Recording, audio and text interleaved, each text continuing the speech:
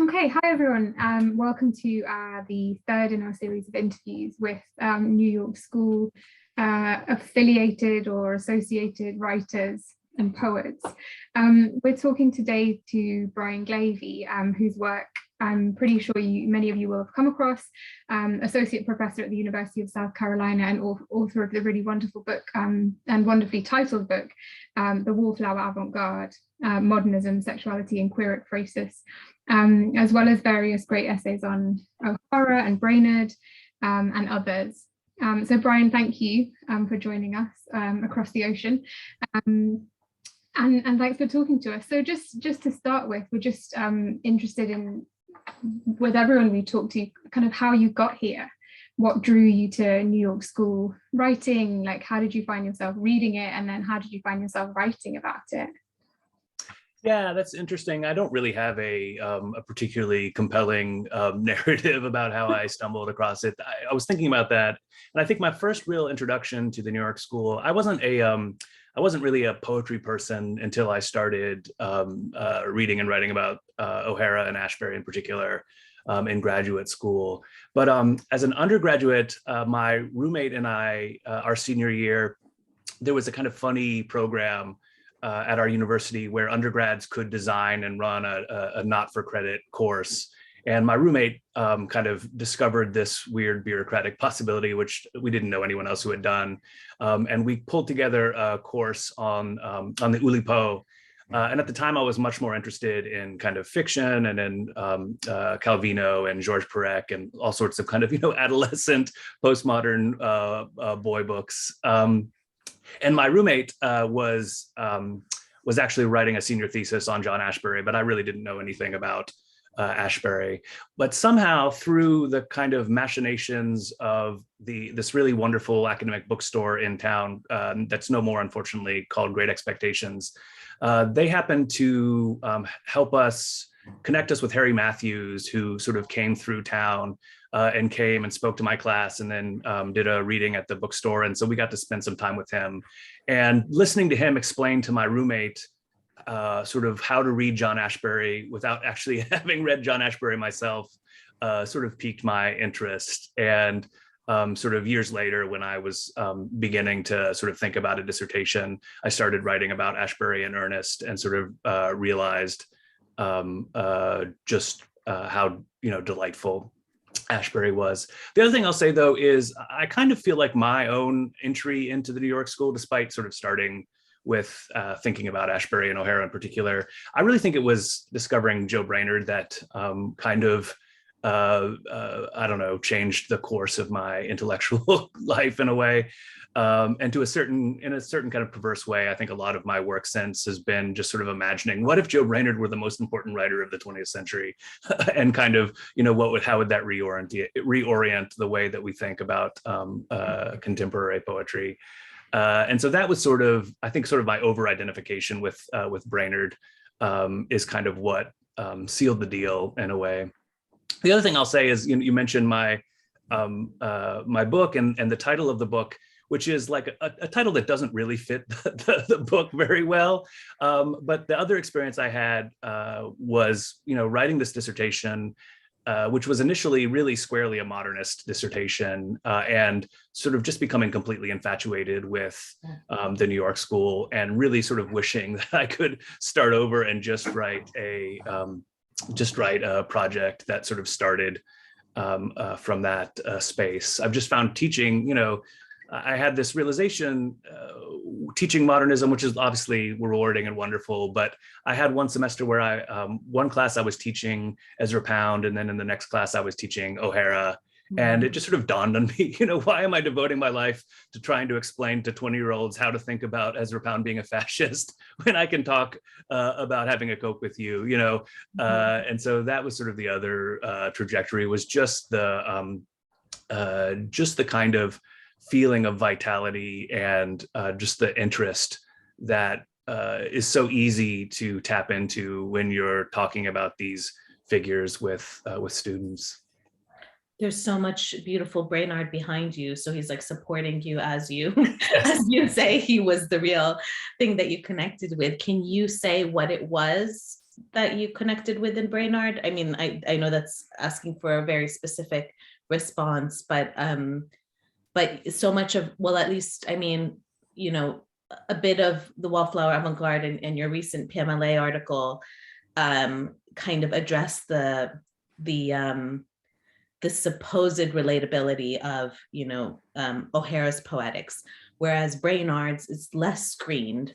And so I wonder, you know, if you might say something about that and or your own connection to him or his work. Yeah, you know, I feel like I've really changed. You know, 10 years ago or so, I was just so attached to Brainard, and sort of part of what I was interested in, and I do write about this in the Wallflower book and elsewhere, was just sort of taking seriously the kind of hagiography and discourse of niceness and friendship that surrounded him, right? I mean, for lots of understandable reasons, Brainard scholarship, I think, had to go through this stage first of really being kind of organized around people's affection for Brainard as a human being. And then, you know, there was sort of a necessary stage, I think, where critics wanted to sort of bracket that and say, you know, Brainard is a serious artist, and all of this talk about, you know, what a good friend he was, that talk is really a distraction from the work itself. And what struck me, and, you know, I think other people kind of coming in the sort of specific chronology of Brainard criticism along with me, was to sort of say that no, in fact, that what people are calling his niceness or his friendliness is actually key to his art and key to his poetics.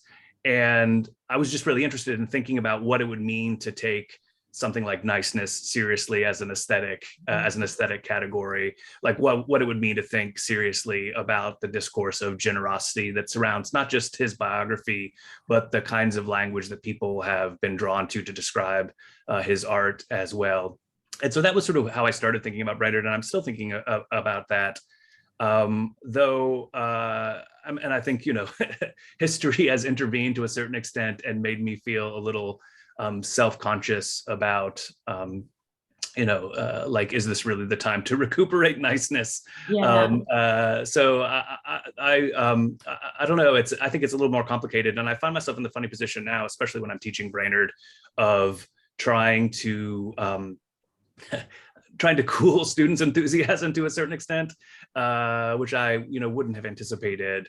But I've been especially eager to sort of encourage students to, you know, both to the extent that they have an attachment to I Remember, say, to think about that, but also to be conscious of all the people who don't have an attachment to I Remember, and all of the, you know, all of the sorts of relationality that swirl around that text from, you know, people who don't feel like they're part of the, you know, the hothouse coterie of that school, and people who can identify with it in an easy way.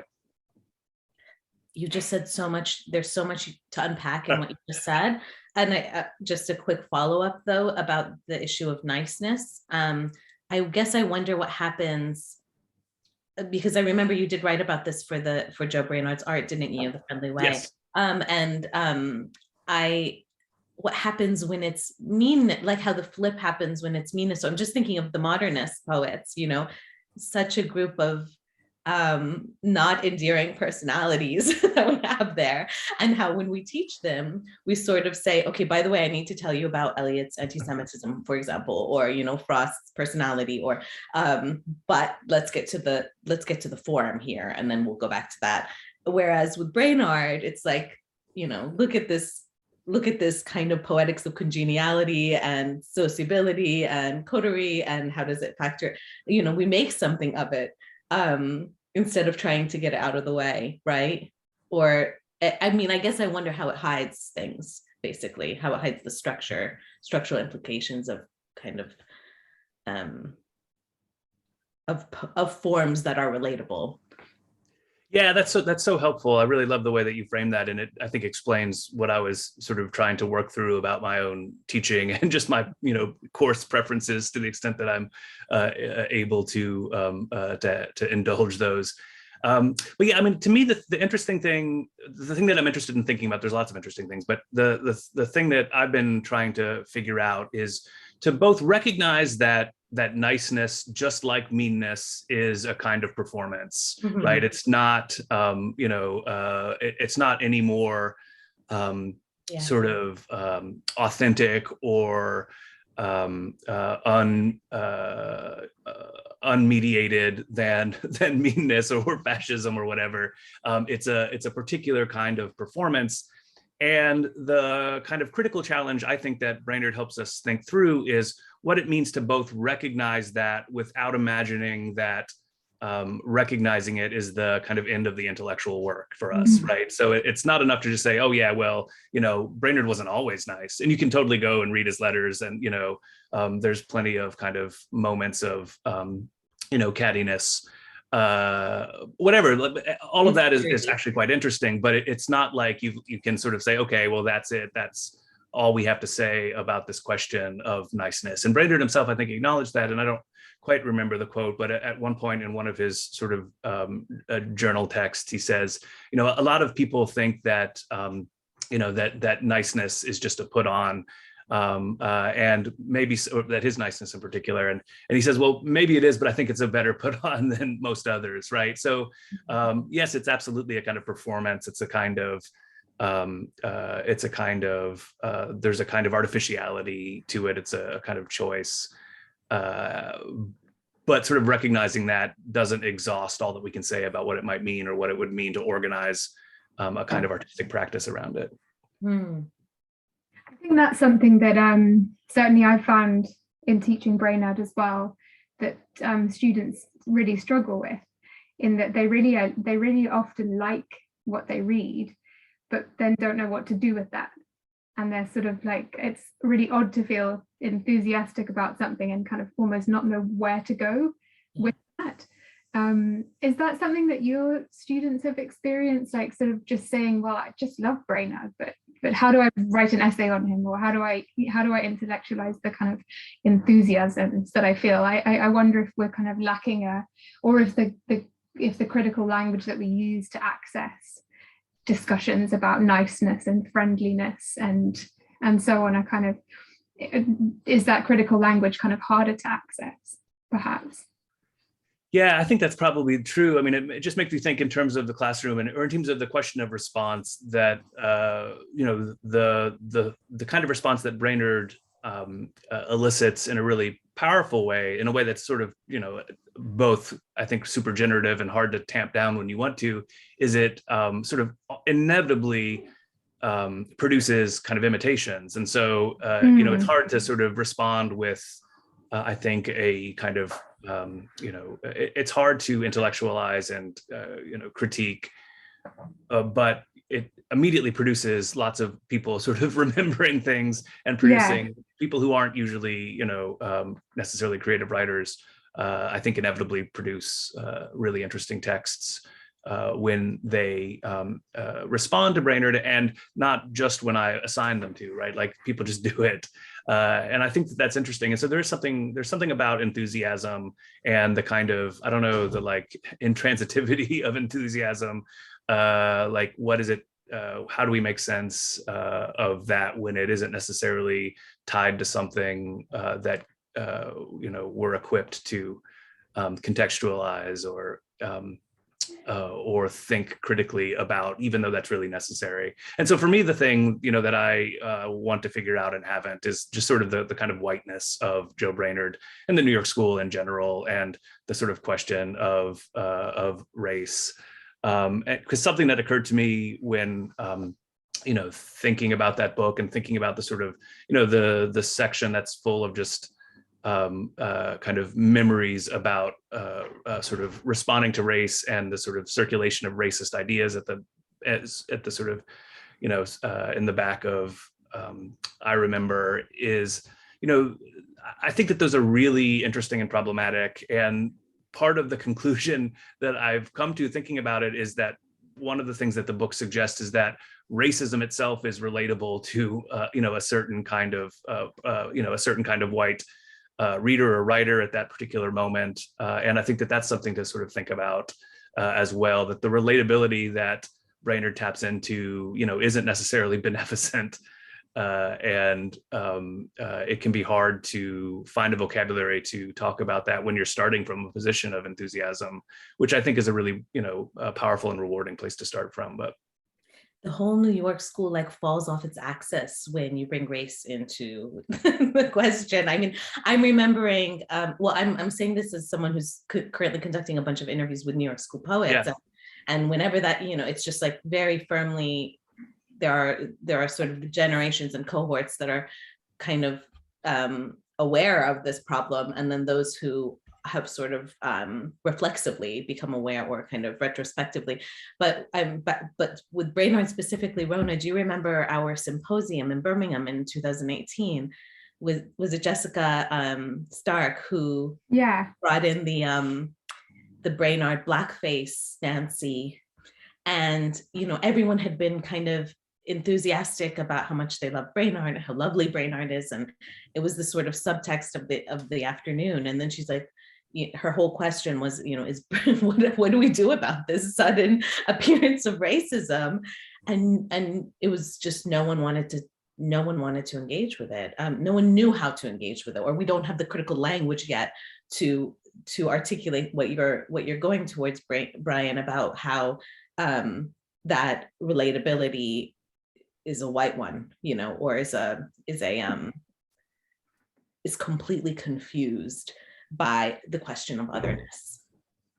Yeah, I mean, so what I've been thinking about is the extent to which what I'm thinking of as relatability, or even queer relatability in particular, is a phenomenon that is sort of able to, it's able to sort of get away with being queer because it's white. And it's, largely white men, at least sort of initially.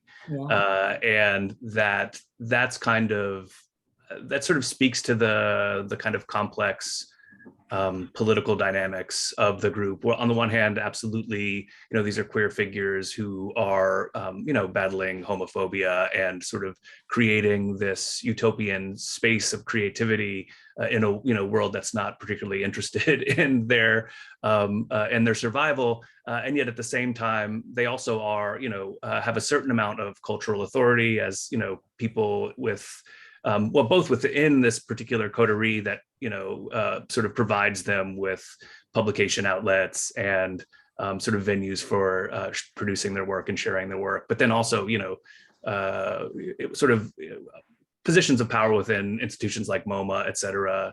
So it's a really kind of complicated, a kind of position on the margins and yet central in some ways. And yeah, absolutely, the question of race is, I think, at the heart of that entire dynamic. What you said there about racism as relatable in Brainard's work, I think there's really something in that. Like, it reminds me of reading Doris Lessing's work, which is written, a little bit earlier. I'm thinking of The Golden Notebook, but also The Grass is Singing, in which she is someone writing in the 50s and is thinking about, and living in Southern Africa, is thinking about, thinking quite consciously about these questions, but is also using similar language, a little bit more. I'm not sure if it's more critically, but I just wonder is again, we tend to kind of get caught up in thinking about Brainard as a real person, and I wonder, is there something in the kind of the forms and structures of a text like I Remember that suggests that he's thinking in some way critically about race and about the idea of racism as relatable, having moved from Tulsa to New York, and is he kind of reflecting on a Tulsan childhood in which attitudes that he's no longer comfortable with now that he's a queer guy living in New York? Is it for you a kind of conscious exploration, perhaps? Is it a bit of both? Is it just a kind of emblematic of the times, or I don't know what's going on there, do you think? Yeah, that's a really tough question, and I don't have a really answer that I'm confident about. But I do think it speaks the question of form. I mean, part of I mean, the reason I'm bringing it up is because I think inevitably the question, whenever you're talking about relatability, and I sort of have courted this by even introducing the term into, conversations in ways that I think are generative, but also like a constant headache. Like, relatability is only a useful term if it's immediately followed by the question, relatable to who? And like, I think people imagine that Brainard, with his sort of aspirations towards a kind of universality, is maybe uncritically sort of exploring ideas of identification or attachment. And I don't think that's the case. I do think he is really conscious of the complexity of these issues, and that a text like I Remember, it really demonstrates just the sort of intellectual thorniness of those questions, even aside from thinking about things like race and gender, and so on. But I do wonder if there's something about the iterative structure of I Remember, and the way that, I mean, one of the things that I've been interested in is how different those texts read now than they did 20 years ago because of social media. I just know, sort of teaching somebody like Brainard, I've noticed that my students' response to it has really changed from when I first started, sort of shortly before the kind of Facebook era began. So there's something about about Brainard which is recognizable to people who are used to sort of mythologizing themselves in these procedural ways. The first kind of example where this really came home to me was, probably 15 years ago or so, when that 25 random things about me kind of Facebook was sort of an early Facebook meme, was circulating at the same time that I was teaching Brainard, and students like immediately saw the connection. But anyway, all of that is just to say that there might be something about the kind of virality or this iterative structure, and the kind of, on the one hand, relatability or kind of, there's just something about the way that those structures get out of control and can replicate themselves that I think might speak to how identities work in general, and also how different kinds of prejudices might kind of percolate throughout a community in ways that, in ways that aren't intended and can be quite damaging.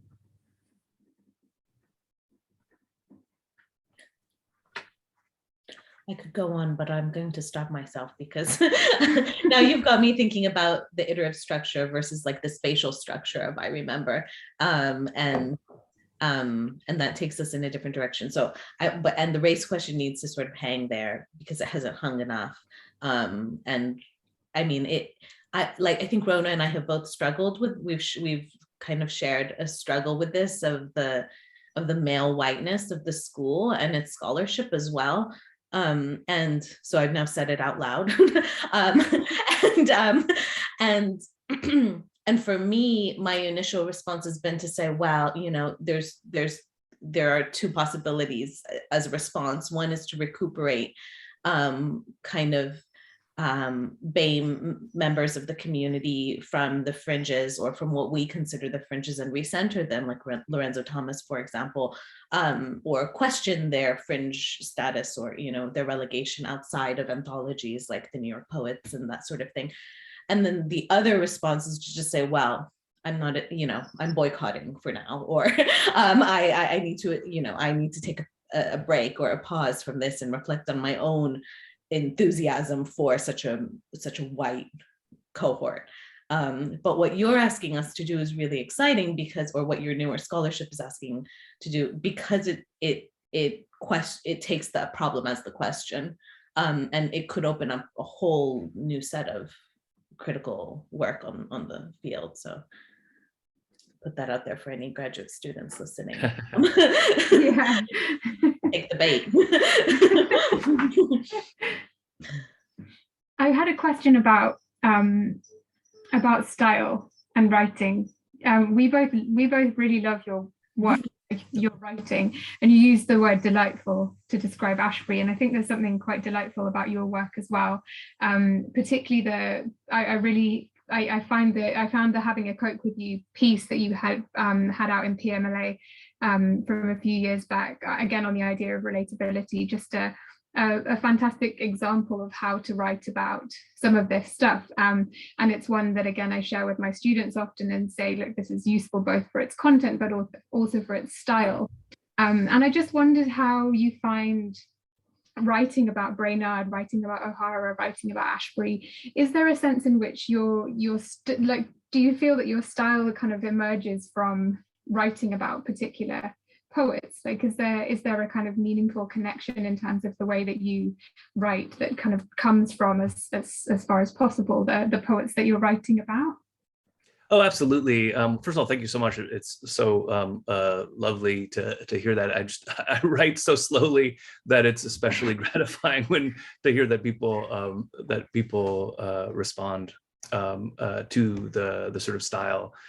But no, I think that's the case. I mean, that's really one of the kind of central takeaways from my first book. And, one of the reasons why I kind of titled the book The Wallflower Avant-Garde, even though that sort of is a kind of that is a phrase that stands in a complicated relationship to sort of everybody except for John Ashbery in that book, is that I was just sort of kind of dreading the thought of having my book be titled Queer Ekphrasis, which I think was like, what it probably should have been called. And I just, like didn't want 20 years from now to be introduced as, the author of Queer Ekphrasis. And then like every time I ever met someone, I have to sort of explain what ekphrasis is.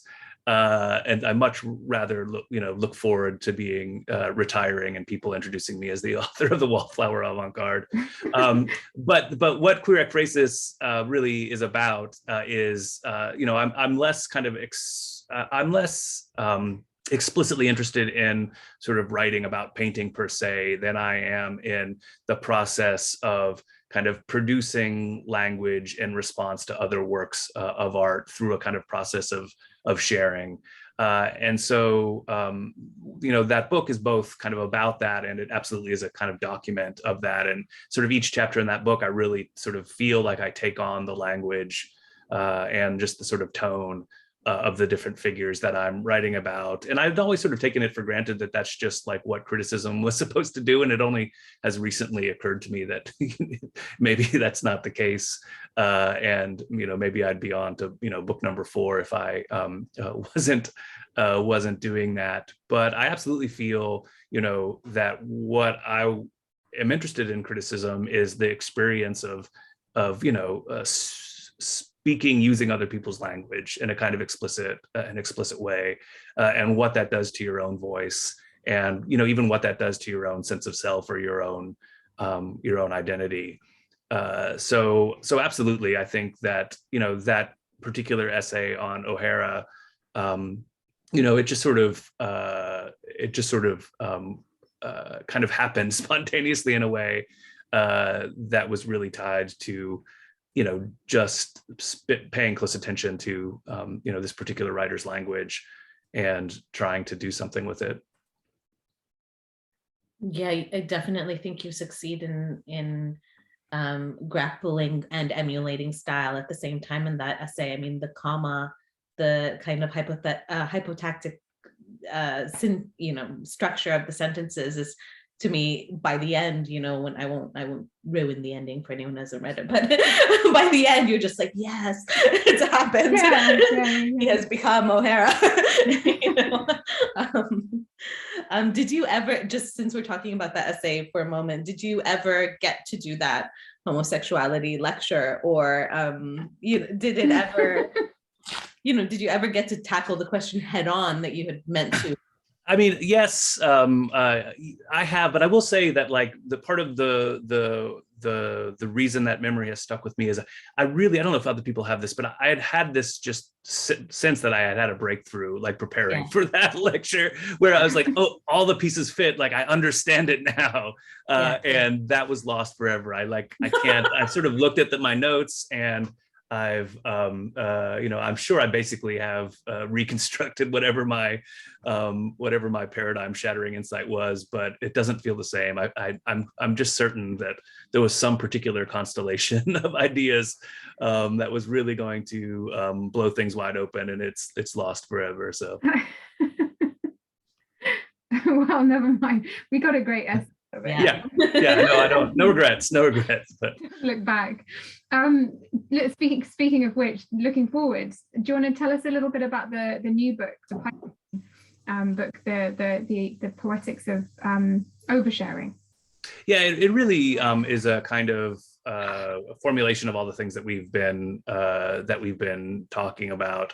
Part of the reason that that I'm not done with it yet is there are two or three sort of major strains in it. The first is this idea of oversharing, which we haven't really talked about, but it's my sense that that what makes the New York School interesting in part is the fact that they are really kind of inventing or helping to invent a new kind of subjectivity that is a distinctively queer subjectivity, and that is something that is not well understood by or well described by the kind of by the sort of trope or the rhetoric of confession, which is, the kind of primary way for thinking about self-disclosure in contemporary poetry. I think that there's a different way of imagining sort of talking about oneself, creating oneself through talking about oneself, creating oneself through art. That is certainly different from modernism, but also different from from confession, and not just in stylistic ways, but sort of in philosophical ways. And I think what they're interested in is a kind of model of subjectivity that's really born from sharing. And so that, in some ways, this is a kind of presentist vocabulary, but I think thinking about what it would mean to put sharing in the kind of, in the sort of therapeutic sense, or the kind of oversharing sense, at the heart of a kind of account of contemporary poetry. I think that sheds a lot of new light, both on New York School and why they've become kind of newly popular, and why their sort of queerness has been reconceptualized, not as something that sort of necessarily marks them as being marginal, but that is in some ways central to lots of different kinds of people's experience of their selves now. And so relatability is kind of central to that as well, but I'm sort of struggling to figure out the kind of what the ratio between oversharing and relatability is. I think that sort of what these writers demonstrate is a kind of a different conception of the aesthetic that really makes clear the kind of, to me, the sort of democratic potential of a certain kind of avant-gardism. That what the New York School really is about helping people access a certain kind of creativity. And to a certain extent, I take the sort of schooliness of the New York School seriously in the book. It's a book that's in part about pedagogy, as is kind of suggested by the Having a Coke with You essay. And I think part of what they're interested in doing is both coming up with and sharing sort of tools for people to to be more, to make stuff, and to make selves, to make subjectivities. And that kind of conception of the aesthetic is actually not radically different. So, there's this, I think, queer avant-garde sort of aesthetic that's born in the middle of the 20th century.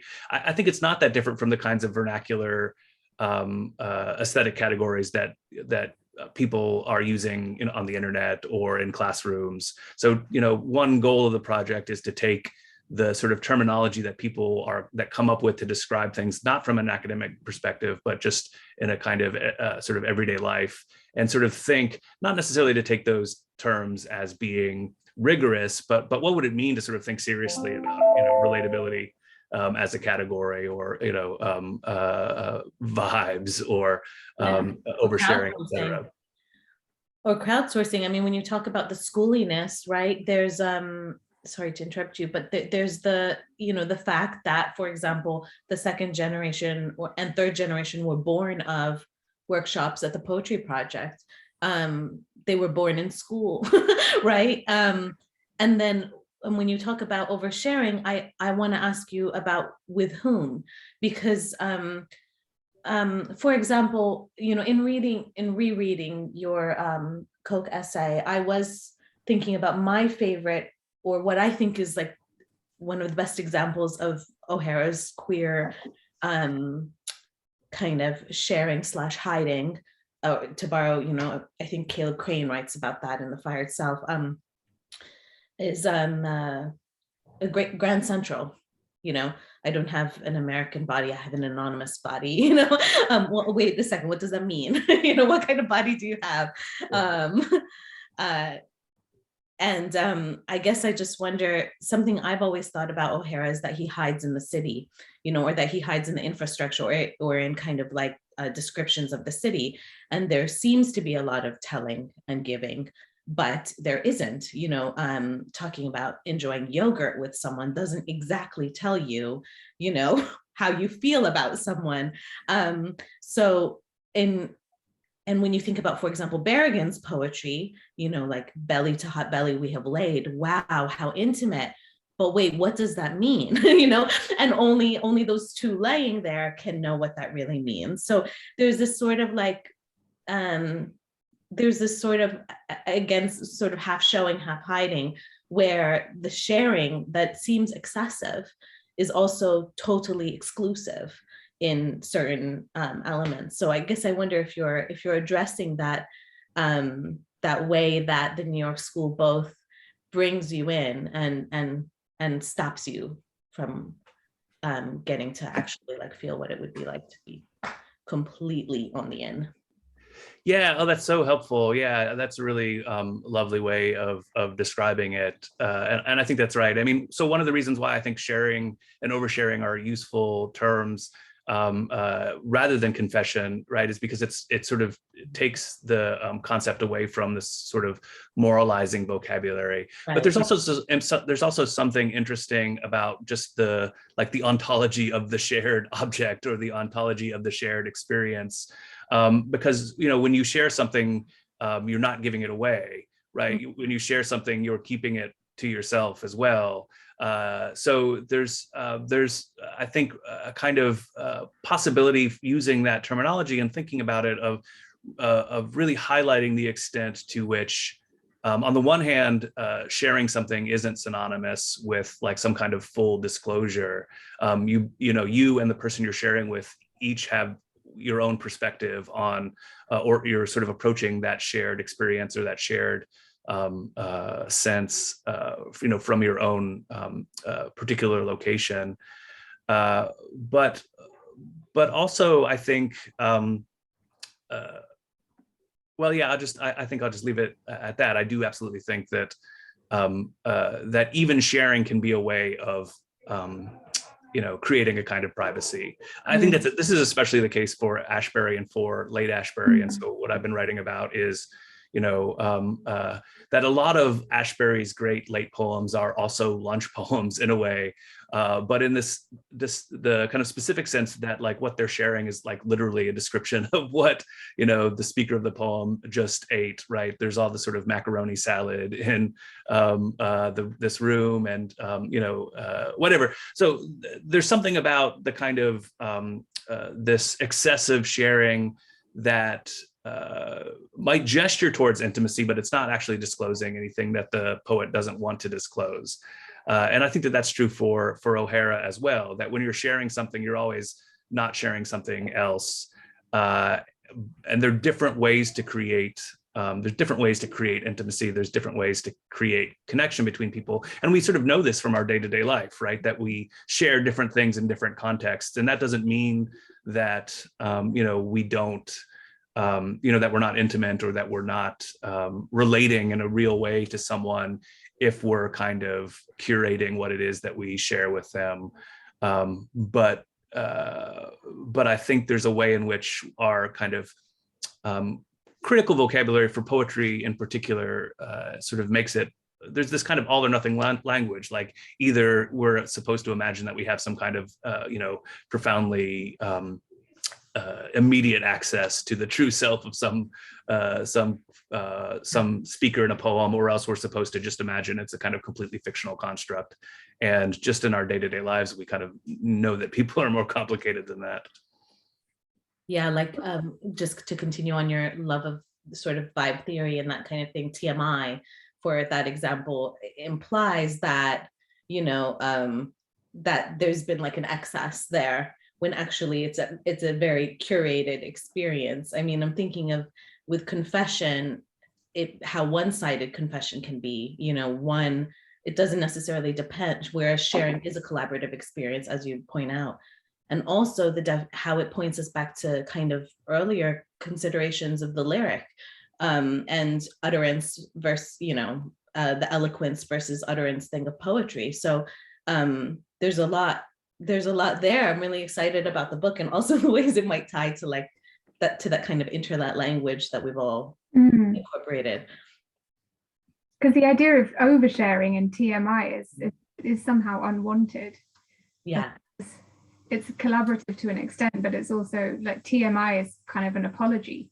Yeah. It comes before you tell someone something that they didn't probably need to know or want to hear. I'm interested in the idea of oversharing, of saying too much, of kind of, it suggests unwanted sharing, which I think is really interesting. And I'm not sure if you're writing about Bernadette Meyer, her,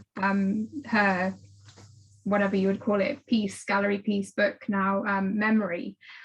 Just thinking about that as a piece of really interesting oversharing that maybe fits in with what you were saying, Brian, about helping people access creativity. Like that for me is a really good example of a tool for how to make stuff. Like you can do it, you can try and do it, but it does also feel like it could be overshare, it could be sharing, it could be relatable, but in some ways it's deeply unrelatable.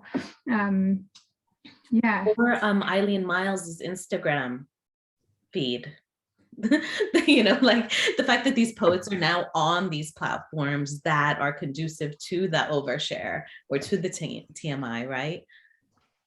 Yeah, no, that's really true. The sort of, I think the unwantedness of the overshare is really important, and something I've kind of been butting up against and teaching. I sort of have wanted to, and I've kind of given up this, but when I started kind of thinking about oversharing as a category to take seriously, like I wanted to imagine that you could use that term in a non-pejorative way.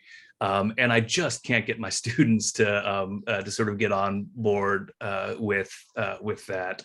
And so I think that that's something that I kind of am continuing to think about. But what I like about the term is that it really is a spectrum rather than a binary, right? Even the idea of TMI or too much information, like imagines that like there is a specific, you know, quantum of sharing that one can sort of like finely tune, and sometimes you go over, and sometimes there's sort of like a Goldilocks in the kind of, you know, suggestion that you can get it just right.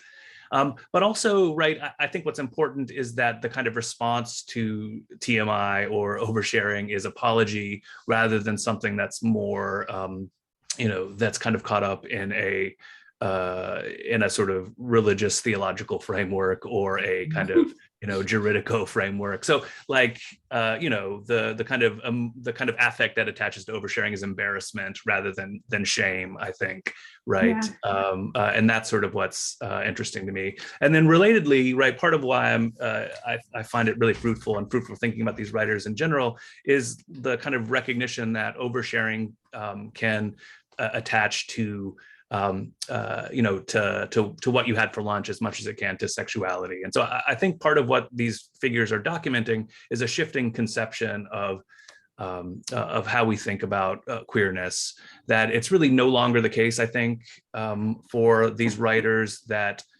homosexuality is necessarily posited as the secret, right? That sort of is the what the entire epistemology is oriented around.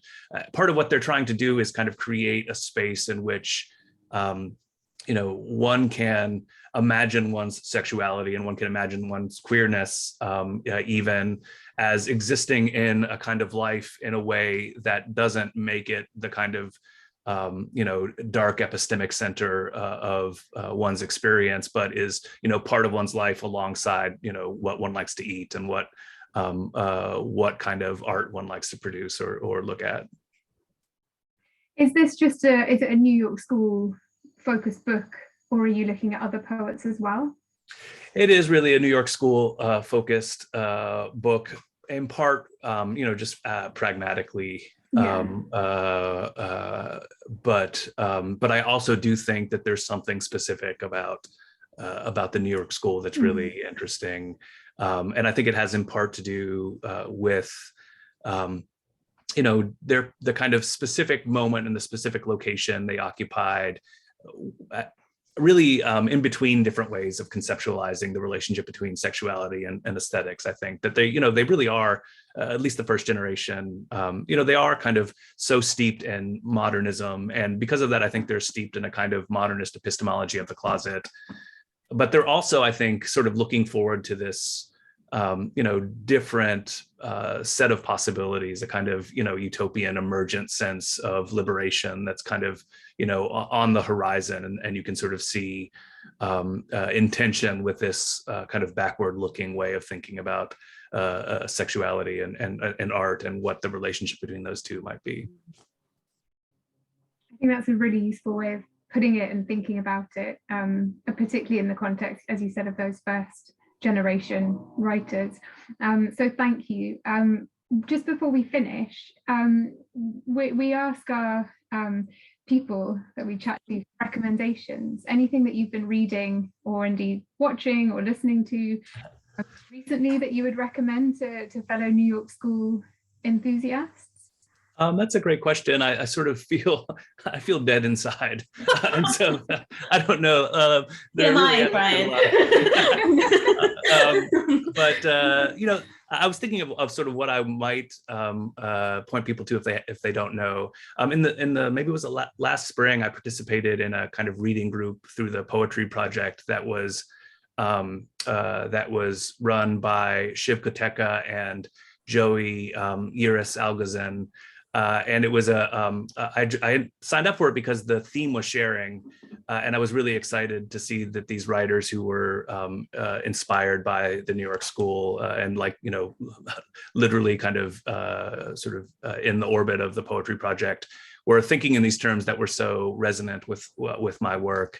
And it was a really great experience. It was in the middle of a crazy semester, so I didn't participate as much as I would have liked to.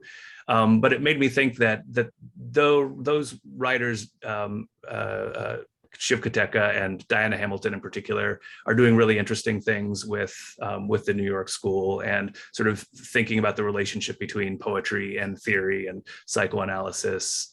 And Hamilton's book, An Awful Truth in particular, has been really important to me. It's a book that's really quite explicitly using Bernadette Mayer as a kind of jumping off point, and I found it to be really a generative text.